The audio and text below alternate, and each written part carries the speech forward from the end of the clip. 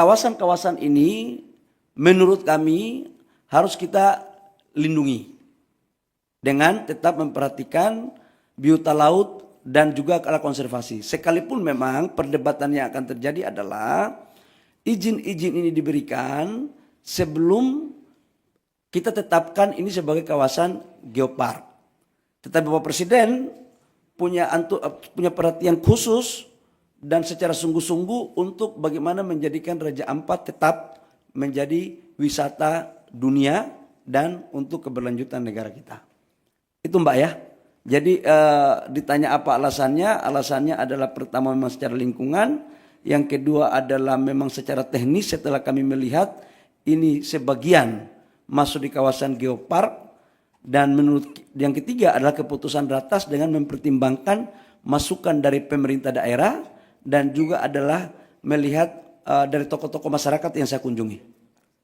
Saya pikir itu. Dan sekalipun GAK tidak kita cabut, tetapi kita atas perintah Bapak Presiden, kita mengawasi khusus dalam implementasinya.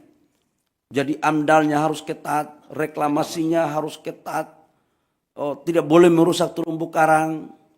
Jadi betul-betul kita akan awasi habis terkait dengan urusan di Raja Ampat. Saya persilakan kalau masih ada yang lain. Udah cukup, yang lainnya lagi dong, yang lainnya, ayo.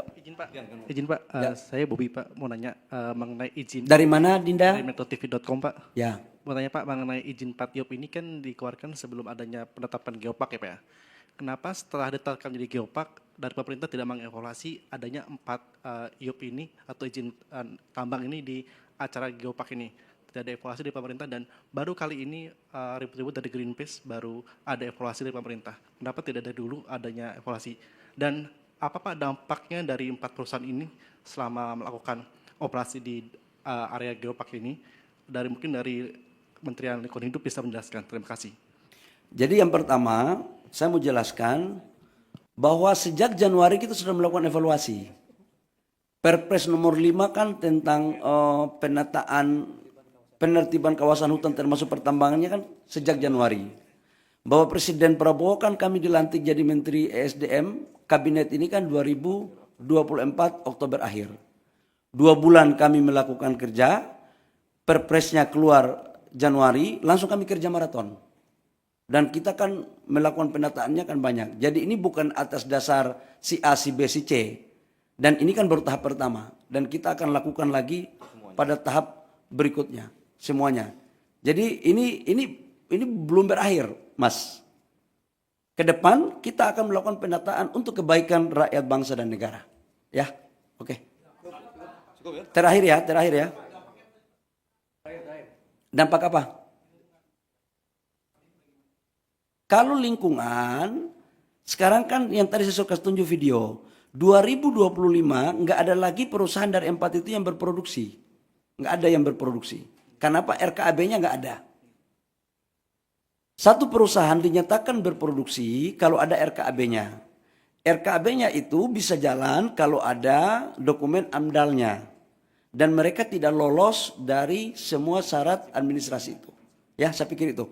Terakhir ya, karena kami ada rapat lagi. Ya. Bapak Tifal dari Kompas TV Pak, mau tindak lanjut dari pencabutan ini. Karena ada saran juga dari Selius Pak, meminta pemerintah untuk melakukan moratorium izin tambang dulu. Kalau kita lihat kondisinya nikel ini oversupply dan harganya udah merosot 13,2%. Itu alasannya, ditambah refleksi dari 2 perusahaan baja yang berhenti produksi. Apakah alasan moratorium izin tambang ini menurut pemerintah masuk akal untuk dilakukan Pak? Kami pemerintah dalam menjalankan arah kebijakan negara selalu berpikir tentang kepentingan rakyat bangsa dan negara. Yang kedua adalah tujuan kita dalam berbangsa dan bernegara dan melihatnya secara komprehensif, secara utuh, tidak secara parsial. Saran-saran seperti tadi silakan saja, tapi nanti kami pemerintah yang akan memutuskan. Apalagi ke depan kita lagi mendorong hilirisasi kita dengan baik, hilirisasi yang betul-betul green, yang bisa diterima produk kita di luar negeri. Ya, baik. Terima kasih teman-teman media atas partisipasinya. Cukup. Ya, terima kasih. Wabillahi taufiq wal hidayah. Terima kasih Pak Seskap. Terima kasih Pak Mensesnek, Pak Menteri LH, Pak Menteri Kehutanan atas kerjasama kita selama ini. Mudah-mudahan dengan ini tidak ada lagi pemberitaan simpang siur. Demikian, wabillahi taufiq wal hidayah. Wassalamualaikum warahmatullahi wabarakatuh. Shalom, Om Santi Santi Om Namo Buddhaya, salam kebajikan.